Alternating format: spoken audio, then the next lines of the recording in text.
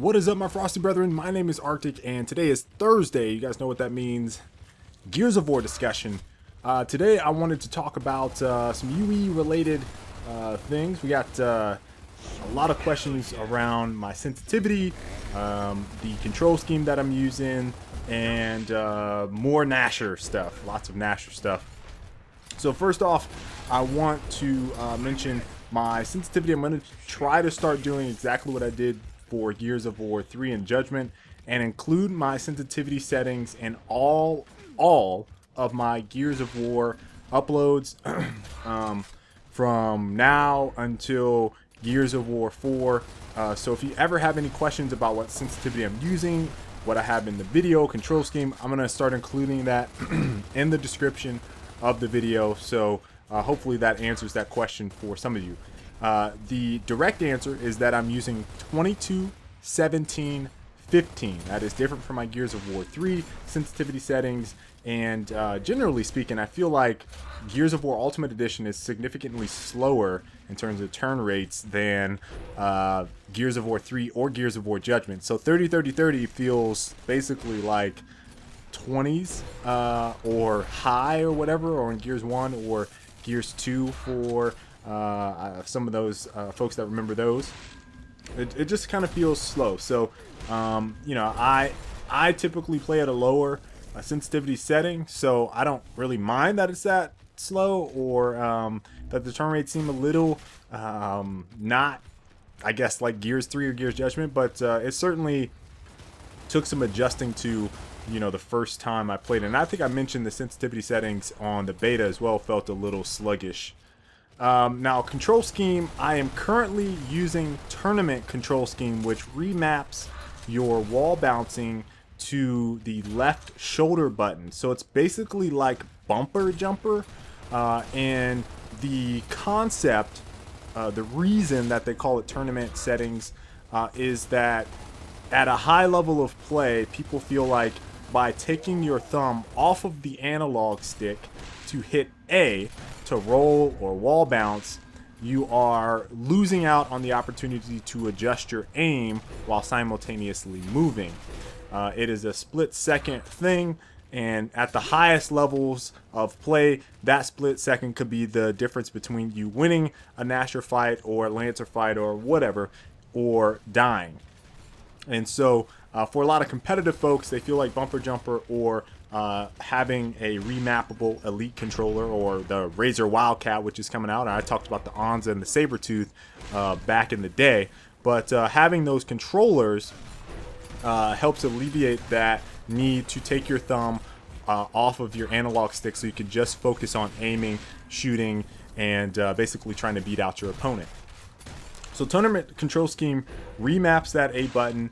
And you know, the biggest thing that I've had a trouble with on Gears of War, and I was talking to Skyless about this in general, is that there are times, be it distance or just not playing or whatever, but there are times where I roll and I want to wall bounce. And I played alternate control scheme on Gears of War 3 and Gears of War Judgment because I did not want to roll when I wanted to wall bounce. So having tournaments control scheme has brought that issue back up for me, and it's kind of bothering me to the point where I've tested this long enough and I'm probably going to end up switching back to alternate.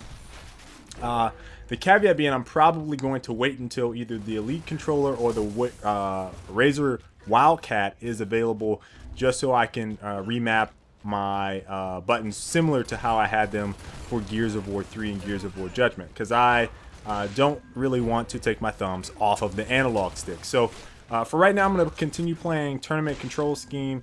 It's not a terrible problem to me right now, just because I'm not competing, but it's certainly something that I wanted to make people aware of. I feel like alternate is the superior control scheme in Gears of War, just because it separates wall bouncing and rolling, so you never have that occur. There will never be an instance where you mean to wall bounce, unless you just straight up hit the wrong button, but where you mean to wall bounce and you will roll. That will not happen on alternate control scheme. It is literally impossible. So You know, I feel like that is one thing that I'm looking forward to switching back to. But for the time being, I'm going to stick it out on tournament control scheme just for the sake of, you know, me testing out stuff and seeing ultimately how I like it. I feel like tournament is okay. It's definitely better than default. The only downside is that, in addition to rolling, is that you cannot weapon slide as easily as you can with default. So that's certainly something that I think a lot of folks might not like. Now, Gnasher. All this Gnasher discussion. The Coalition actually released a fact on the 30th of last month addressing some shotgun concerns. And they specifically said that the shotgun, and again, I've already said this multiple times, but the shotgun is center screen aiming to just nullify anyone that's saying that it's otherwise, unless you put your barrel up against an object or player, and then it becomes shooting from the barrel. Now, I said that this could be a possibility. It was confirmed by the Coalition. I will link the thread in the description. Links save lives, folks. They save lives. Check the description so you guys can be informed individuals and you can tell your peers the correct information. So this was, according to the Coalition, to alleviate the ability to have right-hand advantage in the sense that you could be behind a wall and shoot the opponent without actually visibly being apparent to the receiving opponent. So I don't necessarily know if that is a fix, because that's still something that happens. Like you can most certainly, I've done it with the snipe, you can most certainly sit on the corner of a wall on the right hand side and snipe through the wall without anyone seeing you. I know that's still a thing, so I'm a little confused by that. Initially, and this is coming from Epic, I remember them speaking to changing center screen and separating between center screen and barrel aiming in the same scenario on Judgment to get rid of backpacking and making it more consistent with that. Whether or not that is something that was fixed or that's part of the issue, I don't necessarily know. And I honestly thought that Gears of War 1 was completely center screen aiming, but this is just something that I could be wrong on. So according to the Coalition, the original Gears of War acts this exact same way, and it doesn't sound like it's going to change because it's supposedly is the correct way for this to work with the camera orientation. Now, one solution that I talked about with Skyless last night, or the night before, I'm sorry, on Frag Logic, was the idea of having a collision box on your Gnasher. So it would make it impossible for player collision with your Gnasher for it to go through their body. And I don't know if that's feasible, but it's certainly a better solution than possibly a better solution than what I've heard so far.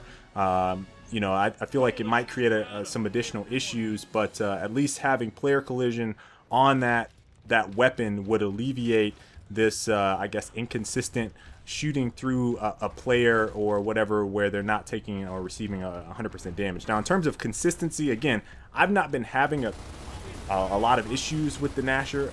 You know, I've gone back and looked at gameplay when I think I'm hitting a shot and I'm missing. You know, I know some people feel like they are hitting dead on their shots and they're not dying. I've looked at some gameplay where someone has sent me some stuff and I look at their gameplay and they're missing shots and thinking that they're hitting, or they're hitting partial shots. And I did the same types of breakdowns on other Gears titles. And at this point, you know, if you send me stuff about consistency, to be honest, I really don't care that much. You know, Coalition has basically said they're going to do what they can to fix some inconsistencies. I know they talked about the Gnasher headshot thing, which is actually supposed to be a down or basically a chunk.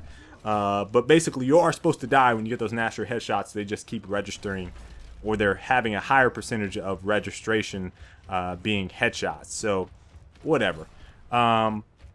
But yeah, in terms of just missing shots, what's always funny to me about you know, the Gears community in general is I feel like because the Gnasher is so widely used, you only hear about Gnasher consistency, and And it's funny because the anecdotal truth is like, if the Gnasher is broken, the game is broken.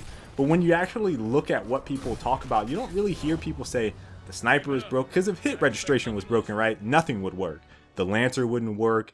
The shotgun obviously doesn't work, right, according to these people. The snub pistol wouldn't work. The Lancer wouldn't work. The boom shot wouldn't work. The torque bow wouldn't work. Nothing would work if hit registration was that bad, but it's not. So instead of analyzing gameplay and personal, aiming in the game, it automatically becomes a this weapon is broken. So I find that to be really intriguing. I'm interested to hear what you guys have to say about that and why that is. I posed that question on Frag Logic and just want to generally get a sense of where people are coming from.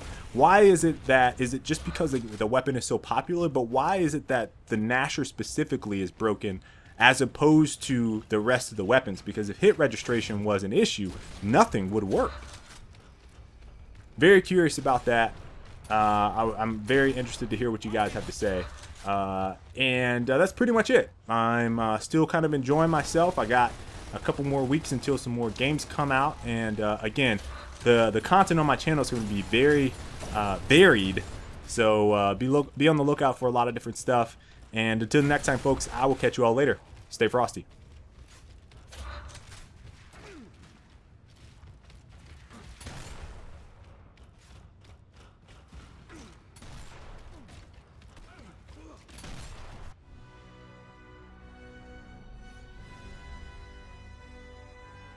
If you like this video, you should probably click on the one down below. That'll take you to another video. You may like it. A little bit about me. I'm a former pro player. I play PC and console, mostly shooters. I also have a gaming podcast. I do tips and tactics, live gameplays. Check out my Twitch. Also, I work in the industry. Why are you not subscribed?